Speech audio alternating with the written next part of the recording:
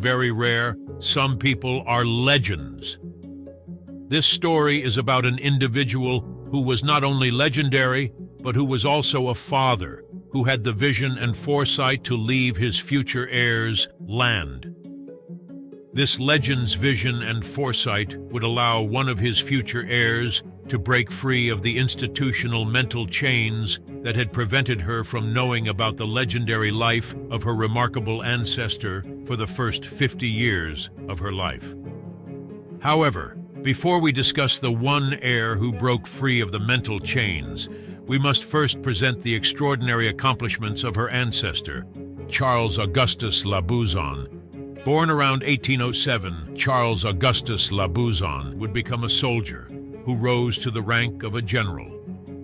He participated in the Mexican War and in the Civil War. When he was a captain, he was honored and presented with a custom-made grenadier sword, as he was a member of the Orleans Grenadiers. During his time in the military and after a long and distinguished career in the military, General Labuzzon was a very successful businessman.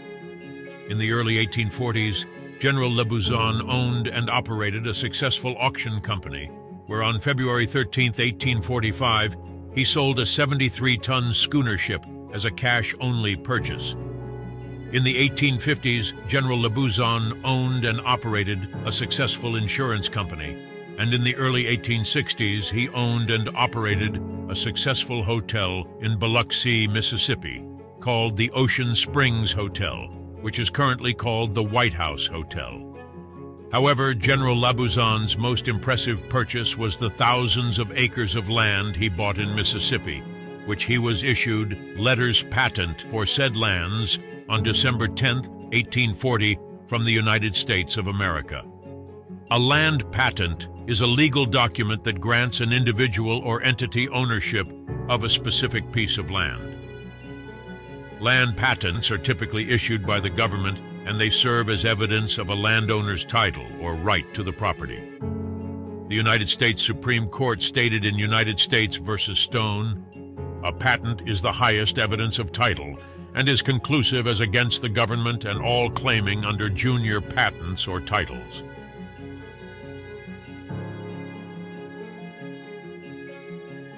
In another binding United States Supreme Court case law, Fletcher v. Peck, the court stated, "Grants are brought within the category of contracts, having continuing obligation. A law annulling conveyances is unconstitutional because it is a law impairing the obligation of contracts within the meaning of the Constitution of the United States." The United States Supreme Court in French's Lacy v. Spencer stated, "Land received through a patent remains with the grantee's heirs unless the land is conveyed away by the grantee or by the heirs."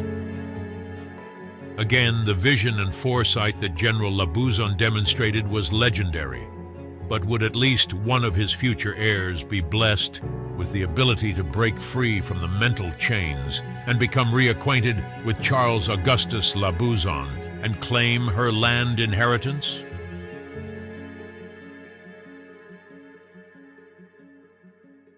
In the fall of 2021, while working at the University of Georgia, I participated in a genealogy research seminar that would change my life forever.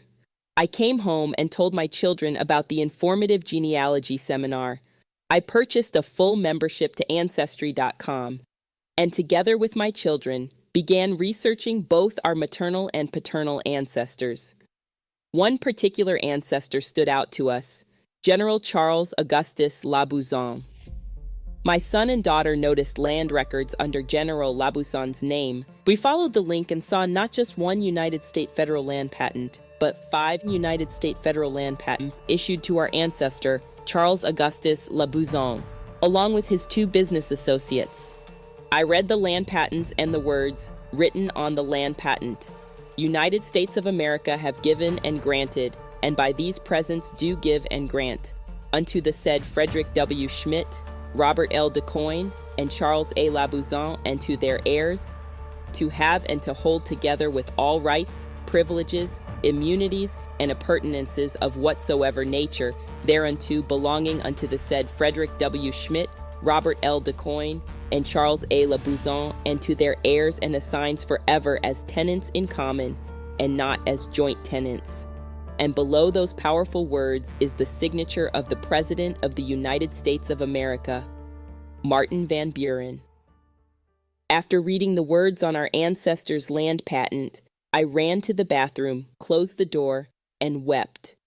My children knocked on the bathroom door and asked if I was okay, and I assured them that I was, and that Mommy will be out soon.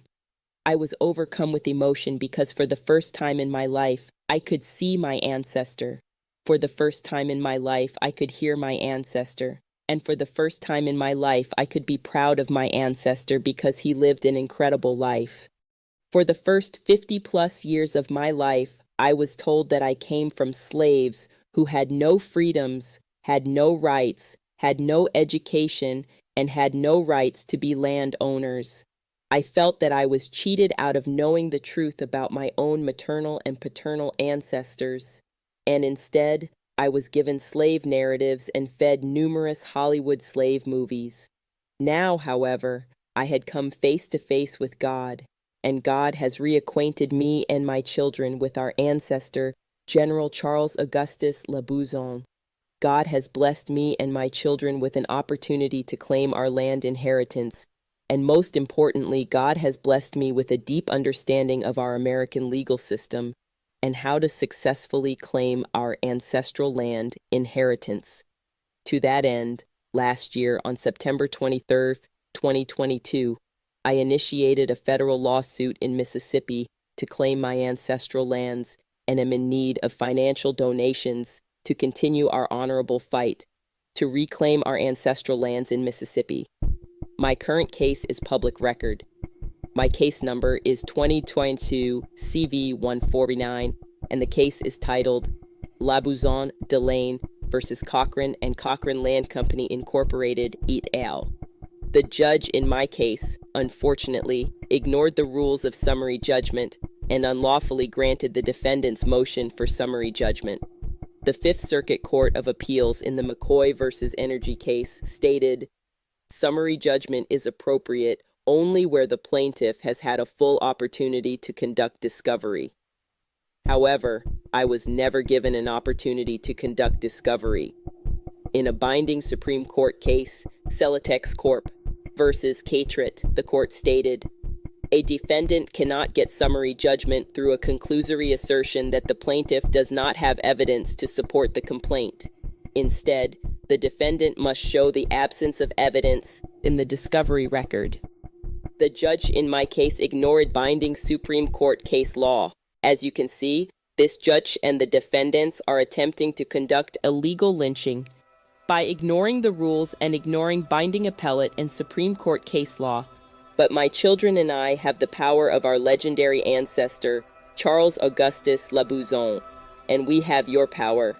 We ask for your assistance in this honorable fight for true reparations.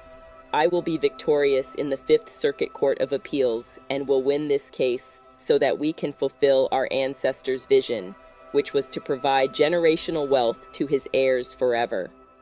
Thank you in advance for your donation to our cause.